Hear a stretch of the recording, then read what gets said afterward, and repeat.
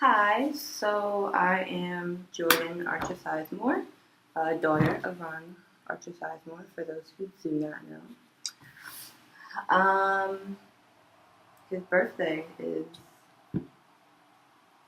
coming up in a few days from when I recorded this video. By the time you see it, it probably will be his birthday, so happy birthday, Dad. This year, I decided to do this because although he died when I was young, so obviously a lot has happened since then. Graduated high school, graduated college, and the list goes on. But this year, a lot has happened that I couldn't try to keep together. A lot has happened this year that I really wish he was here for. A lot of major things. To me, kind of even more major than me graduating anything. I've gotten married. It's been over a year now, just a little over a year. And I've moved completely out the country and kind of left everyone back in the States. And so it's just a lot going on that these are kind of things I really wish he was here for. So I've been feeling it a lot more this year than I can say than I remember feeling it any other year.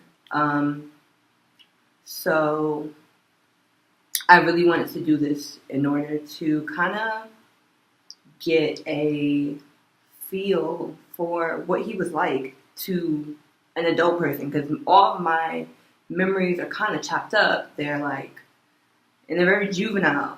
Like, I remember all the little things and like the fun things and maybe not so fun things, but they're juvenile to me, but they are all I have. And I wanted to do this and give other people an opportunity to remember him and all really just their best moments or their memories or whatever. And I understand that some people couldn't do it just because it was too hard to even think about. And I appreciate everyone who did send me in their videos. I had someone else putting the video together.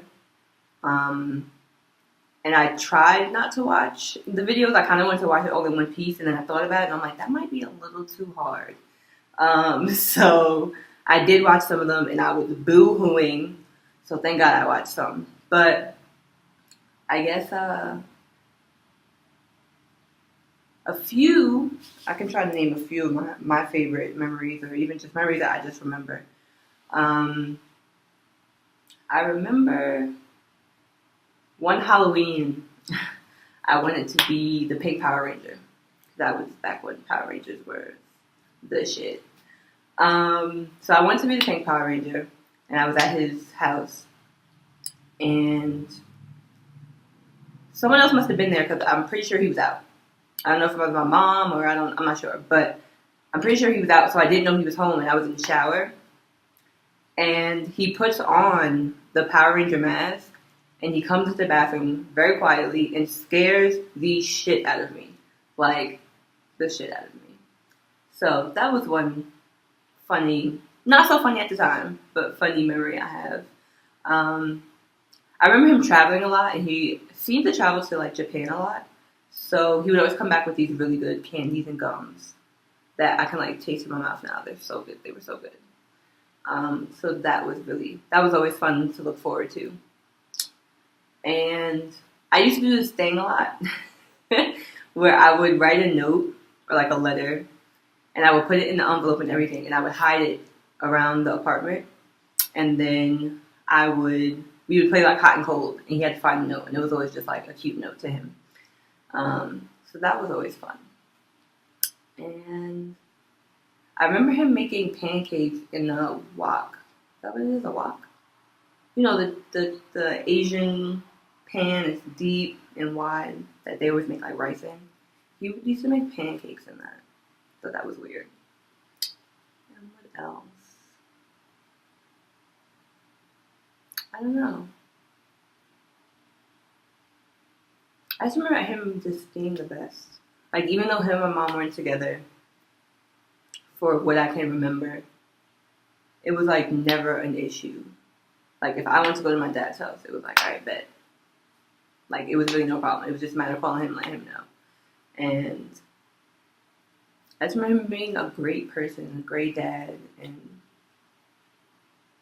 just always wanted to be around him. And like, whatever him and my mom had going on, that never ruined our relationship.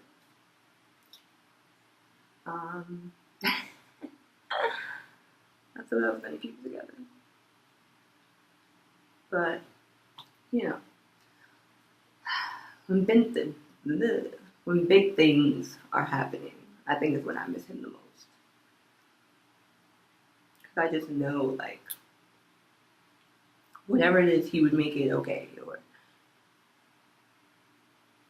make sure I was good. So, all around, I just miss him being around. And it kind of sucks for me a lot of times that he's not here. Because not everyone has the opportunity to have such a great person as their dad. And I did. And it's unfortunate that I did. And not that I do. So, happy birthday. I miss you every day. And may you rest in paradise. You know, this is one of my favorite stories about your dad, and this is an adult story. So, it's actually about your dad and your mom.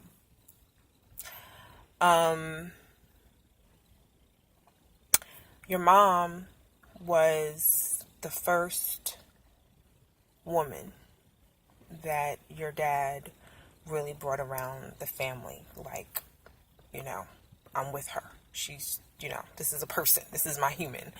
And,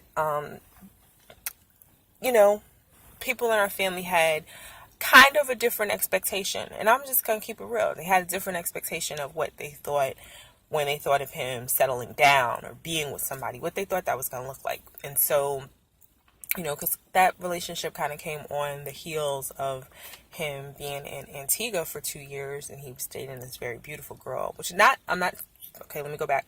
I'm not saying that your mom isn't beautiful, but this girl in Antigua was like, you know, Miss Antigua or something like that, you know. So it was kind of a big deal. She was a little bit older than him, and they really liked each other. She really liked him, whatever. But, you know, your dad had no intention of staying in Antigua, so that wasn't going to work. Anyway, he met your mom. Everything was going great. They had this beautiful friendship. And as she started to come around the family more, you know, it was just like very different. You know, she just, you know, your mom, you know, was very different than our family. So, when she was pregnant with you, briefly before their apartment was ready, they had to stay with us. And,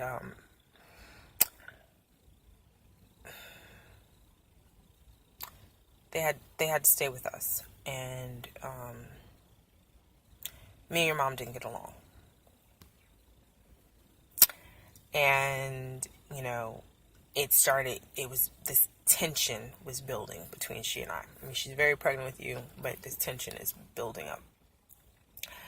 And so one day your dad came home, and I was like, you know, I sat him down at the kitchen table, and I was like, you know, just giving my side of the situation, you know, how I felt about something. And your dad,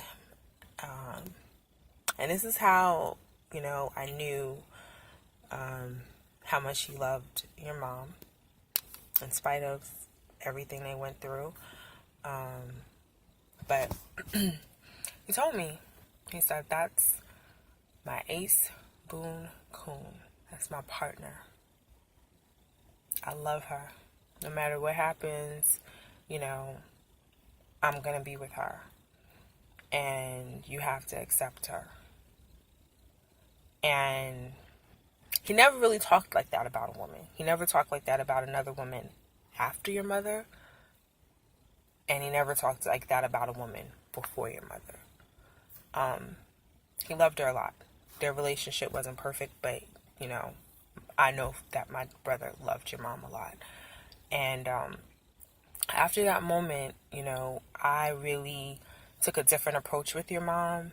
And me and her got super close. And that moment kind of catapulted a closeness between she and I after your dad passed away, because I single-handedly felt like I had to kind of hold the glue, you know, of her having you in our family. So that story, I hope you would take away with that your dad loved your mom very much, that you were made with a lot of love and a lot of care and a lot of concern. You know, your dad absolutely loved you, and he loved your mom very much. That's all I got about that. But here's my funny story about your dad, okay? It's about you, and it's about your dad. When you were little, you guys lived in Brooklyn, and we still lived in White Plains.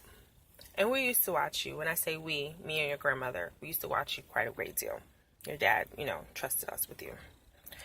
And I don't know, him and your mom were going out of town. I don't remember what the circumstances were, but you were going to be with us for a couple of days.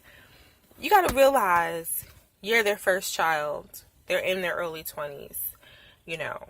So they are just smitten with you, and they have very lofty ideas about how you should be taken care of. Understandable, right? So I remember you got dropped off at the house, and this list, it was about three pages. This list instructions came with, you know, what you like to eat, what, you know, if you don't eat this thing, that we should make you that, and you know, I had already had some experience in childcare at that point. Your grandmother, for sure, had been taking care of kids her entire life. And I ended up getting stuck watching you the very next day. So the very first day after they dropped you off, I had you for the entire day. And, you know, my brother was adamant. Your dad was adamant. You know, you got to follow this list, you know, do. So that morning, I believe I made you oatmeal or, you know, something. I don't remember what I made you, but I made you something. You didn't eat it. You gave me the, you know that thing that you used to do, that you like to do. You made that face like, I don't know who you are and I'm not going to do this. So you didn't do it. You didn't have breakfast. Lunch, took you in your stroller, went to the mall with you. We walked around the mall. And I don't remember what I tried to give you for lunch, but I remember also again, it was a no-go. You gave me the same look. So now you have not eaten at all for the day. Okay? You have not eaten, because I did not follow your dad's instructions, and I didn't make nothing extra. You ate what I gave you, or you didn't eat. So I think we got back to the house that night, and it was chicken wings. I'm pretty sure it was chicken wings. When I say you ate that food like it was the last supper, and we never had another problem with you as far as you being a picky eater. And I remember my brother coming to pick you up, and he was like, how did you get her to eat this? How did you get her to eat that? And I was like, she had no other choice. Nobody making 5-course meals for a child. No. So that's another story, but that's also more so about you, less about him. That was funny. So maybe that's why you like chicken wings. I don't know.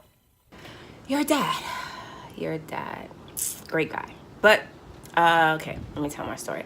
Let's start at the beginning, when we met. So, I was on SUNY Purchase College, and I had been there for a while. I've been very comfortable, got all my friends, thought I met everybody there was to meet as far as, our people. And was, whatever. Until one day, I'm walking across the mall, and I see this, what I considered at the time, this enormous black guy. And the reason why he stood out, not only because he was black, because that would have been a major reason, but the other reason why he stood out is that he had on, and let's keep in mind that your father's over 6 feet tall and was never skinny, ever, ever, ever, never fat, but never skinny. Bright yellow, Big Bird bright yellow, terry cloth pants. I still own them, by the way. I think I've showed them to you. But yeah, I wish I had them right here so I can kind of give a visual for everyone else who's watching this video. But just think, and I'm not exaggerating, Big Bird, colored pants out of towels. Yeah, okay. So now that you got that visual, so I just chopped it off as, another purchase weirdo. At those times, I wasn't as worldly as I am now, so people were very weird to me. So I just, chalked it off, another purchase weirdo, whatever. Surprisingly, it's a black guy, but I mean, they're there. So went on, but I kept seeing him. Everywhere I went, I kept seeing this enormous black guy. Never spoke, we never said anything, whatever, until one day we had some intimate contact via a meeting, probably student union. Tamika, my sister, called the meeting. I don't know, but it was a meeting where we actually were introduced and in a way where we got to kind of show off our intellectual side, or try to anyway. I know I was trying. I don't know what the hell he was doing. He probably was, being who he always was. But yeah. But I was like, oh, yes. think I'm going to have to overlook his fashion choices. Like, loving it. Loving all of this that is happening right now in front of me. So definitely if Yes was out, I would have been turned to my friends and like, yes. And we would all been like, yes, together. But anyway, so we actually met at this meeting, and I was instantly like, I mean, it was a setup clearly because, the universe kept pointing my eye toward him wherever I was on campus. I mean, and it was so weird because I thought, I was on campus for a while. I thought, I had made all my friends. I had met all the boys. I was quite popular. And then this guy just shows up out of nowhere. Like, never seen him in any classes, never seen him in the beginning, never seen him at the beginning of school, whatever. And here he was in all of his fantastically different, quirky, but still hood, totally my tribe. Totally was my tribe. Once I got to talk to him, that's why you never judge a book by its cover for sure. And color, color and pants. But yeah, from that first meeting, I was pretty hooked. And Scorpios don't move slow, and neither does the bull. So in 3 weeks' time, we were a total item. I don't even know if it took that long, but within that time of meeting at the meeting and within 3 weeks, he was already telling me, if anything was to happen to me, my family would take care of you. Who says that? Like, within a month of meeting somebody, within a month of dating someone. But I didn't take it. I'm wary about everyone. I'm the big conspiracy theorist at this point, and I'm worried about everyone and always have been, especially when I was younger. And I took what he said at face value, just like that. It just read honest to me. It just read real. It didn't actually feel weird or out of place. Not gonna say, oh, that's when I knew, because I was young, I didn't know anything. But it was real easy, real easy to believe anything that he said. And he never disappointed. He never disappointed. That's your dad. That's your dad. And it has always pained me a great deal that not only that you didn't get to know him, but that he never got to know you as a growing young lady into the amazingly fabulous woman that you are today.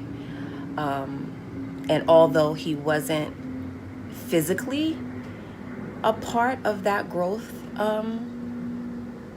you're him. You're him all the way. All the good parts of him, all the quirky, not following the crowd, smart, insightful, just trusting, all those good things about you. I mean, of course, there's some great things about me too, but those things, again, although he wasn't here physically, he still had a total hand in shaping who you've become and where you'll go from here. So that's my story. I love you. This is Jordan's thoughts about her dad. And Jordan wrote this probably like when, told me. I said, Jordan, let's write down a few things or memories that you have of your dad, when all the things, and I'll write them down and you tell me. And I'll say, we can start with I like, and then you can finish it. So this was a poem, and I asked her what she wanted to call it, and said, I love you. And of course, it was by Jordan Ray Archer Sizemore. And so we have a list of different things that I wrote down. So I just want to share it so that she remembers that, her memories of her dad and how much he loved her as well as she loved him. I like when you play games with me. I like when you play hide the card. I like when you cook me breakfast. I like when you cook me French toast and bacon. I like when you give me some of your Gatorade. I like when you take me to get your hair cut. I like when you took me to the park. I like when you buy me things. I like when you take me to the store. I like when you let me stay over your house. I like when you take me outside. I like when you take me food shopping. I like when you take me out to places. Okay. I like when you take me walking. I like when you draw pictures with me. I like when you wrap presents with me. I like when you let me play on the computer. I like when you write with me. I like when you take me on my first day of school. I like when you take me to Auntie Lori's house. I like when you take me to Mommy's house. I like when you take me to Disney World. I like when you take me to the movies. I like when you buy me stickers. I like when you take me to the bookstore. I like when you pick me up from school. I like when you came to my show. I like when you took me to your job. That's probably, he probably took Jordan to Sony. I like when I saw your new office. I like when you let me watch movies in your office. Jordan, when we did this, I never knew what I would do with it, but I knew that it was something that I thought was special because at that age and time, I wanted something so that you can remember your memories. So it was really touching that this year, especially for your father's birthday, that you really wanted to captivate all the memories that we have of him. And so for me, I always kept this in my room and in my drawer, and I thought it was perfect thing to share with you, a memory to share with you of your dad, because you two had such a special relationship. And with all the things that you liked about your dad, he probably felt 20 times as much love for you. And so when I think about your dad and something I want to share with you, it really is true when we all know that when you came into his world, he was never the same again, and you were actually his world. So I share these memories, and I have so many more of your dad and his love.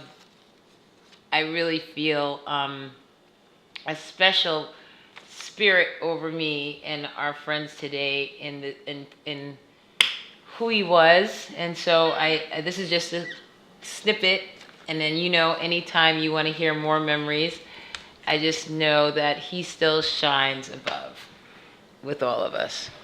So Jordan Ray, I Love You by Jordan, and you had me writing a lot, but it's about a solid 29 fun-filled memories with your dad.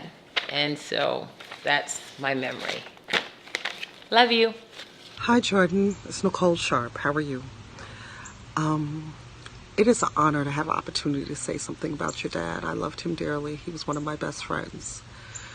We go way back, way back. I knew Ronnie when we were practically babies.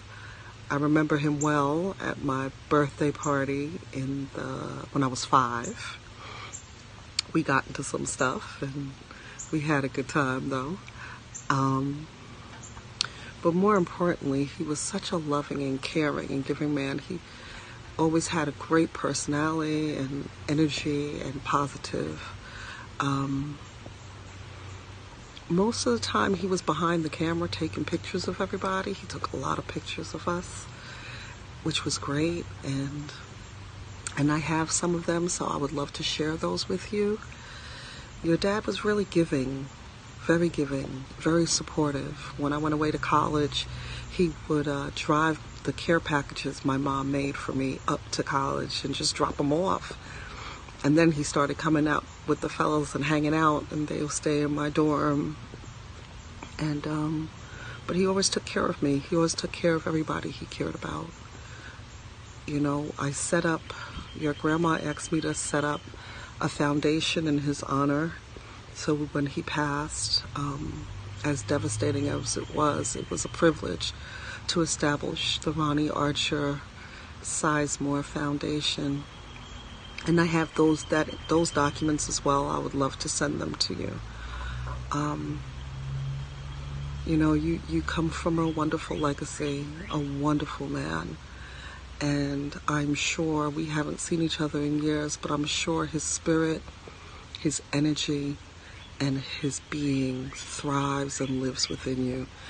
And I'm so looking forward to us building a relationship and getting to know one another, because I'm here for you and will do anything for you as your father did for me.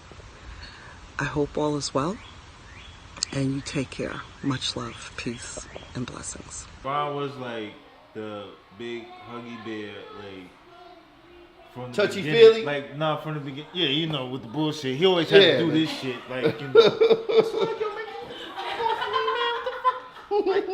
was always like, yo. Always a huggy bear. It was always like, yo. Something cushy. The crazy thing is, when he had got sick and he disappeared, you didn't see him for like 6-8 months. Then he came back and he was this slender dude with the high top fade, and all the girls thought he was like, you know what I'm saying, all the dreads, R&B singer or something. You know? He had the dreads and all that shit just disappeared. No, before the dreads, man. When he was teen. When he got sick.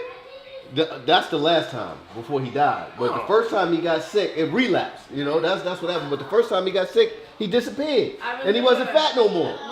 He was a chubby little kid, you know, played football and all that. When he disappeared, So, he was. but that was the celebrity part around, like, you know, Club New York, Sony Records, and you know, Oh, LA, big time. You know, Japan, that's the that's the Dreddy run. That's the Dreddy run. This guy was Like, going I stuck out because everywhere, I was yo. tall and I was black and everybody was short and Japanese. So But it's they, like, but Derek and Ronnie went to Antigua. yes, you went to school in They went Antigua. to school in Antigua. Yeah, man, we went to Ross Business Joint. Yes, Oh, yes. right. We finished. I got out of there. Ron wanted to get a job and stay and live out there. You know what I'm saying? I'm like, yo, dog, I'm American. I'm going back. You know what I'm saying? Our trips to Everywhere. Virginia. Road trips. Y'all What? on the road Especially- all the time. Yo, wait. Breaking laws. always. Yo, nobody had a license. We doing 100, 110 only. You know what I'm saying? We used to say, yo, Go on the side. whoever's not driving always want to get a 40 or a quart. Yo, I'm gonna be drinking while we drive, and then you couldn't because Ron would be like, yo, we not stopping. You can't go to the bathroom. Like, remember when you was little, you got to try to pee in the bottle, and it was like, yo, man, yo, if you don't stop, I'm gonna just pee on your floor, he man. would I'm not gonna pee on the stop. floor, yo. Like he would not, He yo, we would not stopping, not because stop. everywhere we went, we had to beat the last fastest time. All the time. Yo, you Always. did 90 all the way to Virginia, made it 5 hours and 15 minutes. I could make it in 5 hours and 5 minutes. Thank God for y'all. Ron worked at the Marriott, so everywhere we went, we got a room for $30. yeah. Man, $30. We staying in the best hotels. We going, yo. One story I got is it was I don't know what New Year's Eve it was. I don't know how old we were, but Ron had a GTI, and me and him we went to some party, it was some club party, and I just remember we was dancing. It was one of the hot clubs back then where they play house music. I think it was like Dance Interior or some shit. Mars, if you could talk about One of them. y'all came outside, the car was One of them. going. I just remember we was in there till about like 5, 6 in the morning, and we left. You know, we driving home, and yo, I woke up and we are dodging trees in the middle of the fucking spring. Like yo, he had fell asleep, and we were on the median Oh, on the Jesus. spring and shit. And this is like And after between George Jackson Brown died, Avenue like, a lot of and people was Greenwood. dying on That's spring. what it happened. Yeah, A lot of people was Jackson- dying on yeah. spring, man. You know what I'm saying? So, yo. Like yo. Bro, wake up. Because he don't listen. Yeah. You know what I'm saying? He ain't letting you drive and he don't listen. Yo, wake up, wake up. When I think of Ronnie Archer, I immediately think of love. I think of an earth angel when we had him on earth, and an angel watching over us after he made his transition. I think of someone who embodied positive vibes, giving, selfless, someone who was completely devoted to his daughter. When Jordan Ray was born, that's all we heard about. And Jordan, you've always been the apple of your father's eye, the beat of his heart. The Archers and I go back several generations back to our grandparents. And not only did I know him growing up as family, like a younger brother, but also in the music industry. And in the music industry, people always gravitated towards him. And a lot of times in that industry, it's rare to find genuine people. And Ronnie has always been a genuine person, and people always had love for him. A funny thing about him is he loved to drive my car. It was a Volkswagen Golf, and he had something similar previously. So when I would go to pick him up to hang out, the first thing before he said hello, he would just say, "Get out."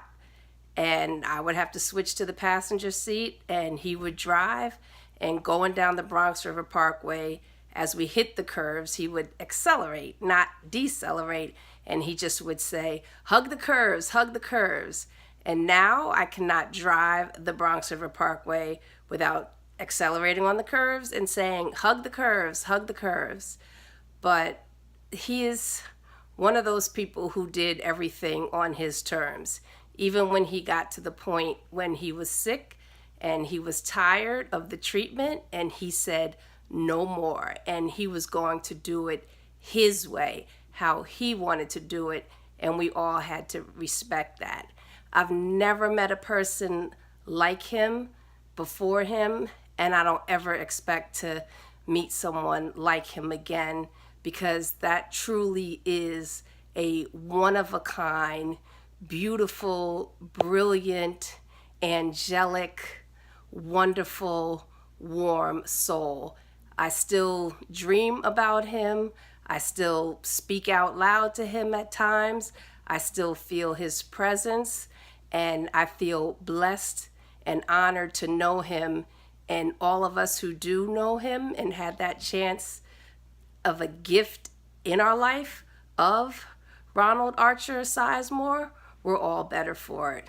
We'll always love you, Ronnie. And Jordan, we can see you and Ronnie in each other, and just know that your father loves you dearly, not past tense, present tense, loves you dearly, and you are a beautiful reflection of him.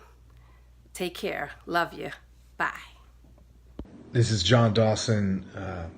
Some stories about Ron. This is a picture from his senior high school yearbook, Woodlands High School, 1988. This is a candid shot of him. Around this time, 87, 88, he got an internship with Cold Chillin' Records in New York City. At the time, Cold Chillin' had put out Big Daddy Kane's first record, Kool G Rap's first record, I think Bismarck's first record, and for Ron to get an internship with Flat Tie and that label was a big deal. He parlayed that obviously into a career. He had this incredible work ethic, and it would just see him all the time walking in downtown White Plains, catch the train to go down to work at Columbia and Sony. And, he was really instrumental in my career and in my life, and I miss him immensely. Hey, Jordan. How you doing? Happy up-and-coming birthday, Ron. Ronnie boy. Memories of Ron. We have plenty. We met young, but didn't really know each other until we up in our 20s or 30s, and became really tight. And one thing that me and Ron would share a lot and have a lot of enjoyment out of was going to brunch early before everybody thought of going to brunch or brunch parties or anything like that. Me and Ron would share brunch. Every Sunday we got a chance, and we'd either go to two black-owned restaurants, right? So Shark Bar and Mecca down in the village, and Mecca had the banging brunch. Just like anywhere else, once in a while the brunch would not be good, and we'd complain and say we're going to look for somewhere else and never come back to Mecca. The waffles came out hard or anything like that, and we just wasn't coming back, and we'd still wind up finding ourselves there eating brunch again and enjoying it. But we did enjoy brunch a lot, and often on a Sunday morning when we both had nothing else to do. We never sit and talk about, and we made it a point not to talk about work or business. We weren't in the same industries at all, but we made it a point to sit at brunch and talk about everything good and fun and everything that was going on in our lives. As the years got on, and in his sickness he got a little darker, we opted for long drives upstate, early morning, just me and him, and brunch probably at my mom's house, which is probably about 2 hours out. And we would she would make brunch, or we would make it, and we would sit out and just enjoy the outdoors of the surroundings of the house, of which we call the Witness Protection Program, because it was so deep in the woods. And the long drives are just helping clear everything out of the regular day-to-day and what was going on with him, and I think those were the best times, not concentrating on money or a value of any things, material things or anything like that. Just general talks about everything else.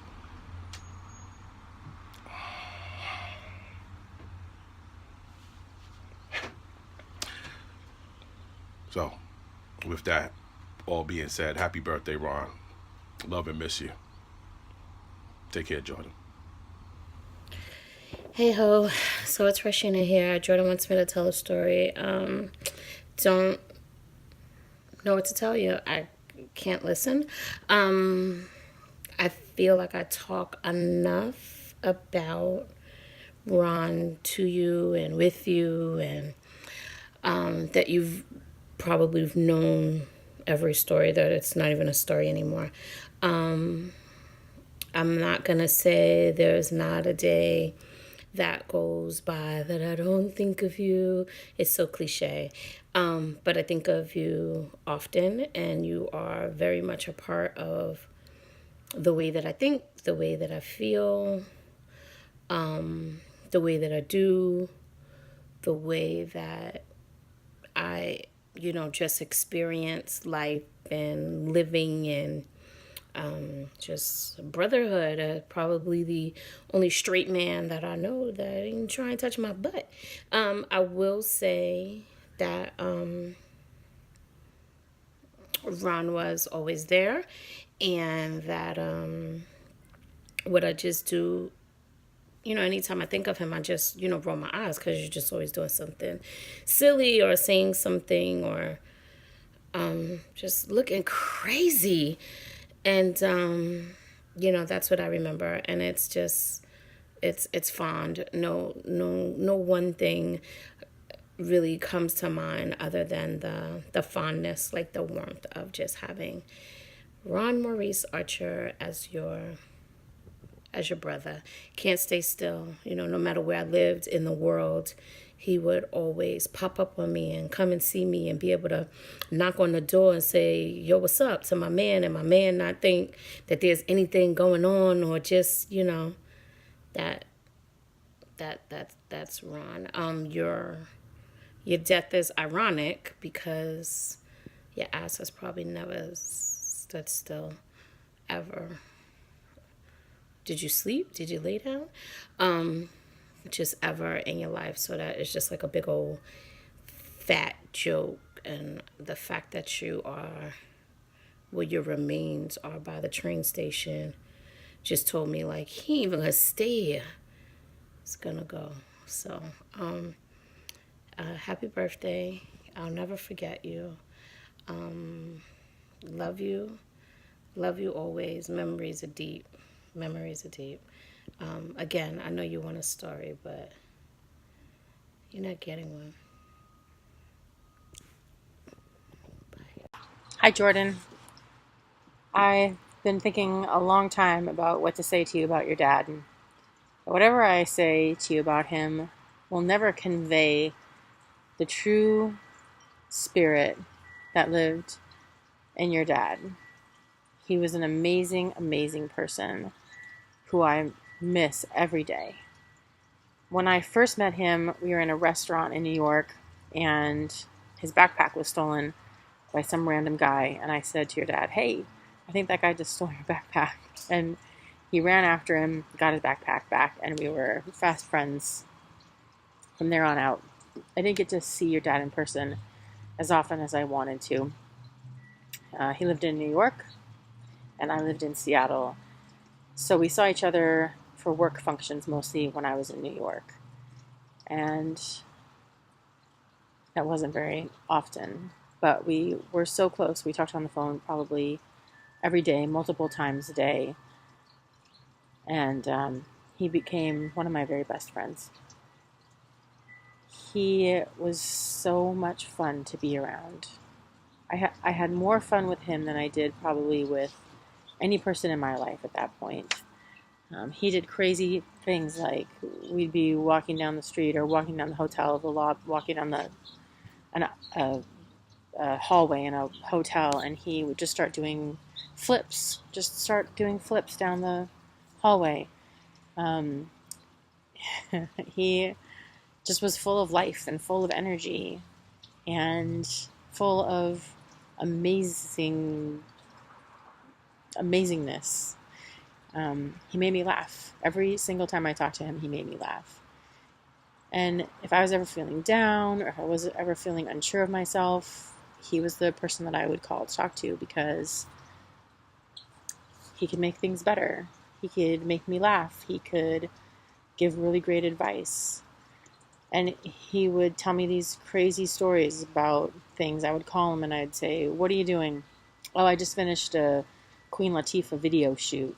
"What are you doing?" "Oh, I'm in a plane with Biggie and Puffy. We're going to Portland to go to the Nike store."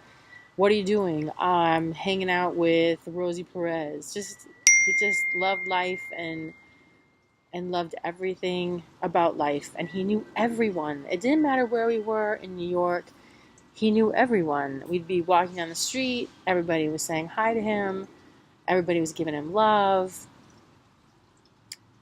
And I really loved your dad. He's an amazing, amazing soul, an amazing person. And he touched the lives of everyone that he met. When he introduced me to your mom, I was waiting in my hotel room to meet her. I had heard so much about her. And he made her hide in the hallway, like, so that I wouldn't see her when I opened the door. And then it was like he was making an announcement. Da da da da. I remember he threw his hands out, "And here's Tawana," and she kind of came in the room, and I loved your mom the minute I met her. I was afraid I wasn't gonna like her, because I loved your dad so much, but I loved her. I loved her instantly. And then you came along, and you were this amazing little tiny creation of both of them, and I felt so lucky to have the three of you in my life, and I still feel lucky to have you and your mom in my life. I love you guys so much. I'm so blessed to have you guys in my life. Your mom is amazing. And you should be really, really proud to be a combination of those two people, because they are amazing, amazing people. When your dad died, so many people came to the funeral. I came to New York for the funeral. I brought Gracie with me. She was just a few months old.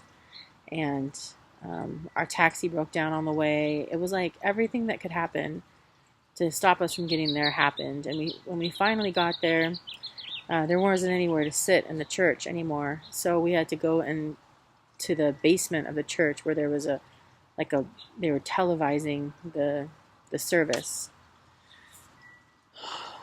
And when the service was over, I ran into you and your mom said that she had been saving a seat for me with the family, and it just broke my heart that I had missed out on that opportunity to sit with the family, that I had been in the basement of the church.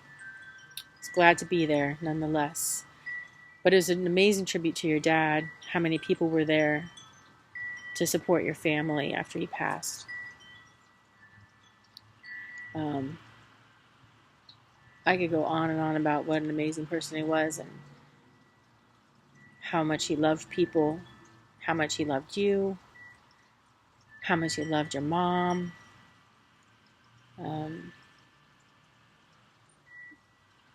He was and always will be a huge part of my life, and I'm forever blessed for having had him in it, and for having you in my life as well. I love you guys. Oh, wow. What can I say about Ron Archer Sizemore? He was well ahead of his time. What would seem like something in the stratosphere to anybody else around him was just routine for him.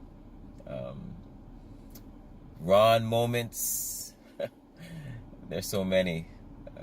One of my favorite is my last semester in college. I decided to shave my head, right? Because I was receding anyway. And, you know, I got my clippers and I shaved it down, and I'm like, yo, all right, it's looking pretty good. You know what I'm saying? I mean, you know, I didn't have that receding hairline anymore, and I thought I was kind of pimping. So I'm about to walk outside of the apartment. We were living together, and I'm walking down the stairs. He's looking at me as I'm walking by him, And he's like, oh, all right, Risque, that looks pretty good, man. So I'm about to walk down the stairs, and he grabs me by the arm and says, whoa. Yeah, come back here, bro. Come back here for a second. And what happened is that I had like all kinds of, patches in the back of my head because I didn't have a mirror that I was working with, and I didn't know what the heck I was doing. So I was just, and I was going in the wrong direction of the growth, so it didn't cut close. And we didn't take a picture, but he was laughing the whole time. He was cutting the back of my head down because he's like, listen, can you imagine if I'd walked out in college with patches in the back of my head? Oh my God. I would never have heard the end of that. So I owe the brother, okay, for more reasons than that. But I guess that's one of my favorite Ron stories. The other thing I would say about him is that you just felt like he was bigger than life. I remember I wanted to go to a concert on New Year's Eve in Madison Square Garden. It was Boyz II Men, Babyface, and Tevin Campbell. And I realized, of course, now those cats, they're more like throwbacks. But back then, okay, they were the biggest players in the game. And it was the Garden, and it was New Year's Eve. I just called Ron. I said, listen, I want tickets to go to this concert on New Year's Eve at the Garden. And I had no doubt that he would be able to get it. It didn't even occur to me that he wouldn't be able to get it. And you better believe 4 tickets, boom, Madison Square Garden, Tevin Campbell, Babyface, and Boyz II Men. Yes, that's my man. That's my man. And he was well ahead of his time. He was larger than life. He was larger than life. So, anyway. Enjoy, darling. Mwah. Love you. This is insane. I wish that Jordan could see this part of it, or Uncle Ronnie could see this part of it. I'm going to say that, actually. You grow up a size one? Raph, try from this side. Money. Money. Yeah, go wherever you want. I can go? Yeah. Okay. Hey Jordan, I'm so glad you thought to do this video. When I saw it on your Facebook page, I thought it was an awesome way to honor your dad. My uncle, really my cousin, but I call him Uncle Ronnie because black people, uncle, auntie, if they're older than you. So Uncle Ronnie definitely was very, very special to me. When we lost him, I was young. I don't remember exactly how old I was, maybe like 13 or something. But I'll never forget him because I always remember him and his Subaru coming to New Jersey to hang out with my mom and dad. And he would always make time for me. I remember just rolling around with him in that Subaru wherever we would go, like whether it be the movies or the mall or I don't know, something. He would always take time to, look out for me and just like be that type of influence in my life. So I really will never forget that about him. I'll never forget his style. He was so fly, so many sneakers, had every sneaker, every Nike you could ever imagine, every Jordan. I think that's where you got your name from, possibly. But, yeah, and I'll never forget, the fact that he worked in the industry. I really feel like deep down that has a lot to do with the career choices that I have made. Working in the entertainment industry, I never forgot how cool it was to have an uncle that was like working with Biggie and Tupac and like in that scene with Destiny's Child and the Fugees and just maybe I'm naming people he maybe wasn't involved with, but to me he was, and it was just so epic. So I'll never forget him, and we miss him, and he would be so proud of you because you are fearless. You are a beautiful young woman who doesn't, what's the word? I'm trying to think. Doesn't take no for an answer, but also doesn't doesn't make, I can't think of the freaking word. I'm gonna have to redo this. You got real grit, kid. She does have real grit, but you just don't, you don't make, I can't think of the word, like literally, I really can't. I'm thinking of a specific word and I can't think of it. Yes, unapologetic, but also just like, unapologetic, but just like, you're living your life for you. Like, you're not living it for anybody else, and you're fearless. And at 30 years old, I know so many other people that could like take, some advice from you, because you are doing exactly what you want to do. And if you're just living your life, and I love that. And he would be so, so, so proud of you. He would love how we're filming this video. Cameron has produced this iPhone video. I wish you could see it. Chase is holding up a white shirt next to me to get the lighting correct. Raph is holding lighting. Cameron is just directing this, and I think that's just a testament to the people that have been in and out of our lives, and he was one of them. So we love you, Uncle Ronnie. We honor you, and we love you, Jordan. Hi, Jordan. So what can I say about my man, Ron Archer? What can I say about your dad? When I think about Ron, I think about how much of a trendsetter, how much of a vanguard he was. He was born, raised, hatched to earth in Greenberg, but he was not a Greenberg native. He was a globetrotter. He was a global citizen. He was a very serious person. He wasn't one that you frivolously joked with.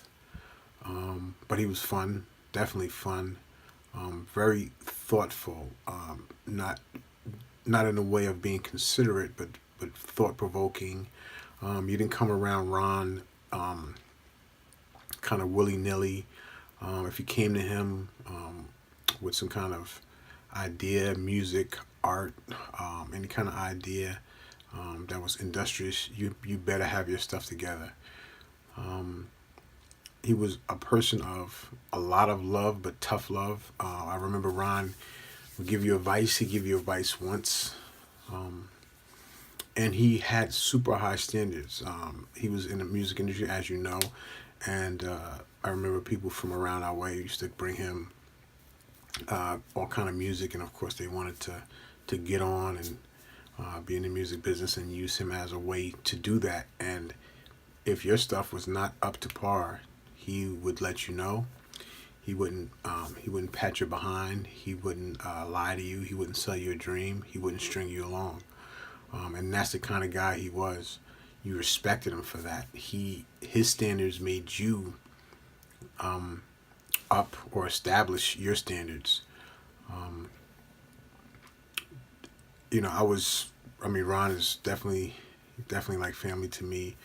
Living across the hall from your grandmother, and your cousins are dear to me. Janera's my best friend, so I'm like family to you guys. But I had a special relationship with Ron because I was his barber for a lot of years. So the intimate space that barber and clients or hairdresser and clients share.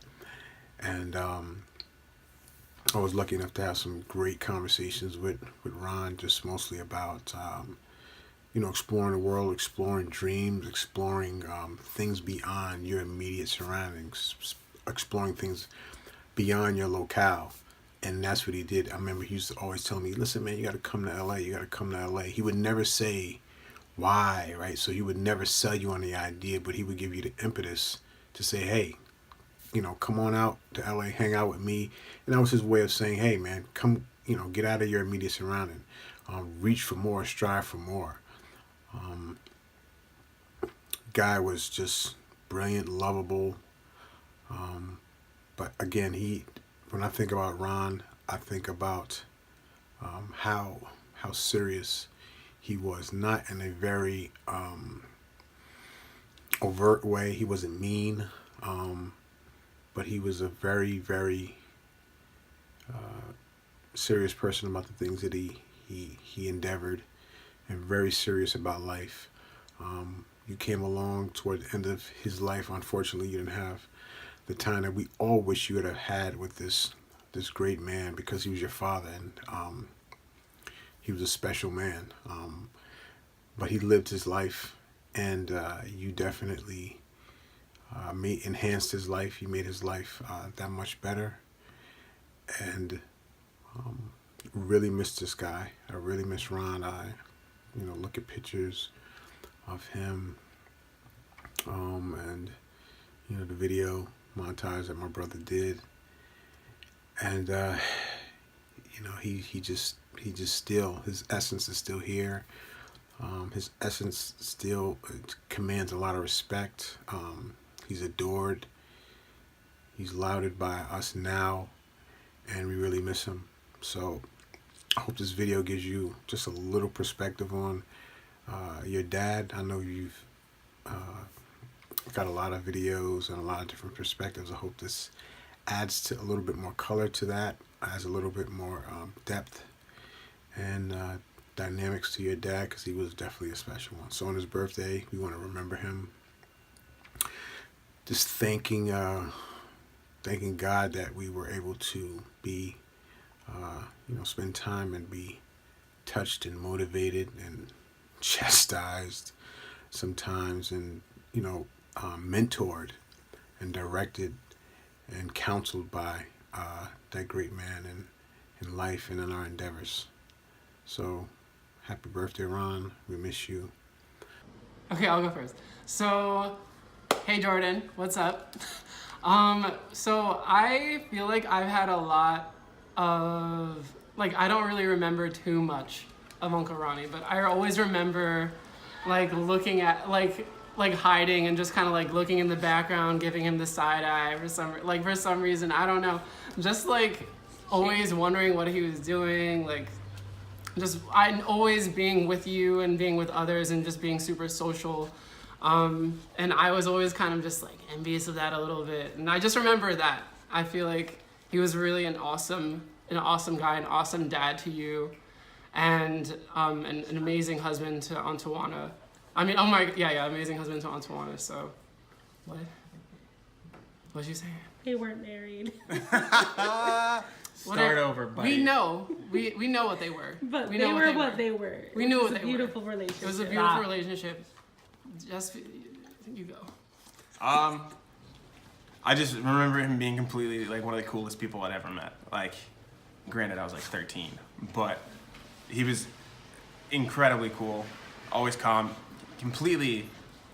Where he was professionally is something that I think everybody can look forward to, but look at and admire. Mm-hmm. For him to be as young as he was, doing what he was doing, is absolutely unheard of and insane. And you're doing the same exact stuff. He's just, he's an incredible human being. I remember walking into his place once and seeing the mountain of fucking shoes. I remember walking into his place once and seeing the mountain of shoes and being completely blown away and being like, sneakers are sick. I just remember, very, very distinctly remember that, because it was a scary amount of shoes. But I just remember him being one of the coolest people I'd ever met, and he'd be so absolutely proud of everything you're doing. He's shining upon you every day.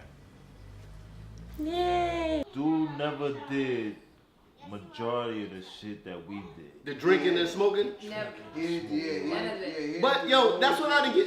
He didn't drink, but we get it because he want to take the first pull. You know what I'm saying? He want to light it. Yo, dog, get ready. No. But he can roll it out, dog. It was like this. It was like. He ain't even smoke. Yeah, but he didn't have that shit. I never seen him in I look at him like, you ain't smoking. Yo, he lit it. He lit it a few times. He's like, nah, I'll get it ready for you. But then when he's do with he got on his suit jacket and shit, this is the Club New York time and shit. So then I'm like, yo, fuck this guy drinking champagne and shit. This guy, hold up, you drink champagne, motherfucker? When you start drinking? Hold up, man, hold up. I had to sit back, cause it's more mellow. Champagne, we were drinking malt up and stuff. You couldn't drink none of that. A 22-ounce can. You know how college kids pop a hole in one end and then guzzle it? Yo, he didn't drink, but he could chuggle. He had the bottle. Me, I couldn't even do it. I'm out there. Champagne. Yo, he could guzzle a whole. The bottle. Ever since it was just like, I guess that was some grown man shit. Cause we ain't never drink no coolers. We used to go all the way to Yonkers. Everything. What? All the way to Yonkers to get like malt up wine coolers, whatever, because the store closed at 1 o'clock. So we used to be like, yo, it's 12:30. Yo, it's 1:45. And we all just get in the car and just whatever, go. y'all. White Castles. But he never did none of that. Like you gotta get the White Castles the fastest you ever made it there, or you gotta go across the Tappan Bridge. He never did. I never seen Ron angry. I never remember him being angry or mad. I always remember him just laughing. Hey, no, you crazy. Happy. I never remember him being mad. Ron? Yeah. Yo, mad and mean, man. Crazy. Yeah, mad. The times when he didn't like Crystal or he didn't like Tracy or you know what I'm saying, and then they always. And then when he didn't like he's at my crib, so. The phone ring, me, I got one girl, I got two girls, so he calls, so the phone rings, right? So he says, this is bling, bling. So he answers, right? He says, so she's like, hi, how you doing? So he's like, who's this, Lisa? Oh. Who's this? Oh, this is Sabrina? I'm like, dog. You calling out names? You calling out names? Shit, what the fuck? Like, we homeboys. Like, what the fuck? Why you even answering my phone, dog? Yo. Who the fuck is Lisa? Oh, Ron told me to call me back. Ron told me because he was always honest. That's why he would never hook y'all up with none of his friends. Because he thought y'all dogs. What the fuck we were. I'm not hooking you up with no girls. I'm not hooking you up with no girls. Break my friends' hearts.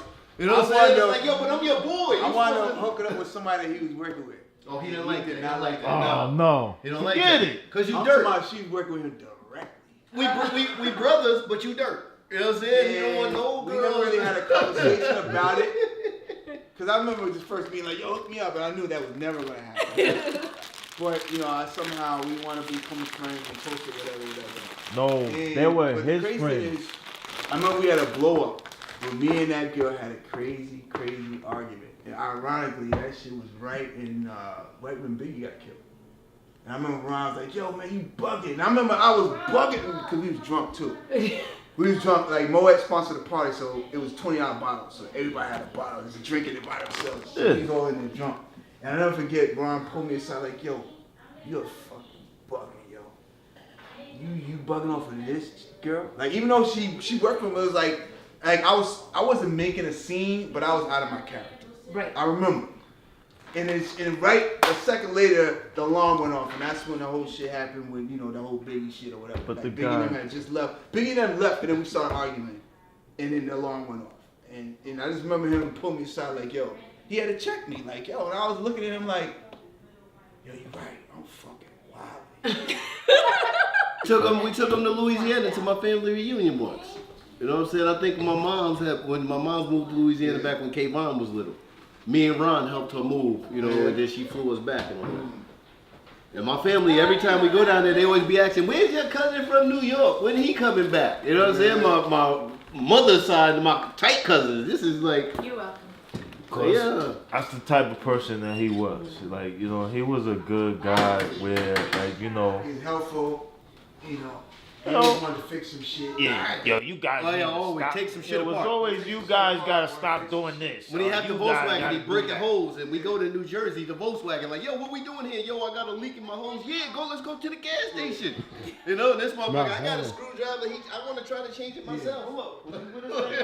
He's a gadget man on the road back then. He might have been a real crazy tech dude. Besides marketing and all that. He had everything before. He had everything before we had that shit. No, for real. Me and Ron, hold on. We was in Mount Vernon, right? When everybody had their little golfs, and everybody wanted to get like some fancy rims. I have a golf. You did have a GTI. I had a GTI. Whatever. Be clear. Be clear. No, it was different. Be clear. So it wasn't a Volkswagen. It's a Volkswagen. Oh, it's the same shit. Yours is just black. Okay. But we trying to steal some tires and shit, right? Mount Vernon, Timmy Chance, you know, they whole crew. So we 3 cars deep.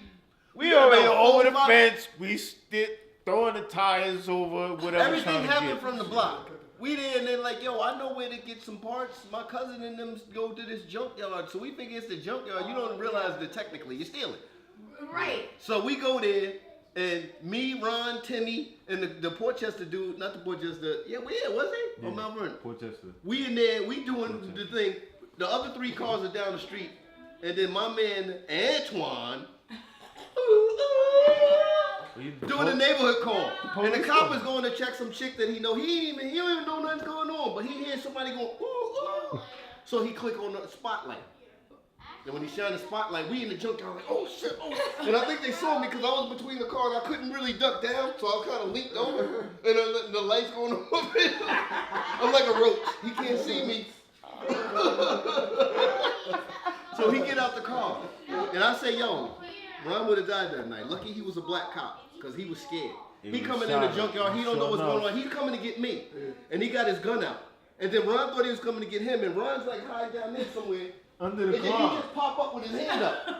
And the cop turned and that gun was like, like right on his nose. And the dude was scared because somebody came out of nowhere. Yo, if he was a white cop, he would have blew his face off. Oh my God. Yeah.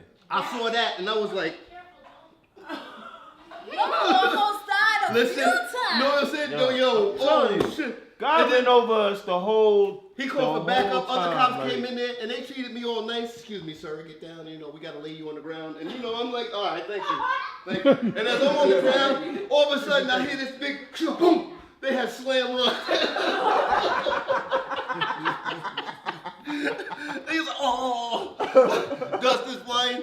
And then he was like looking this way. And as soon as he turned to me, I just blew some dirt. I was like, what kind of dirt? Did more cops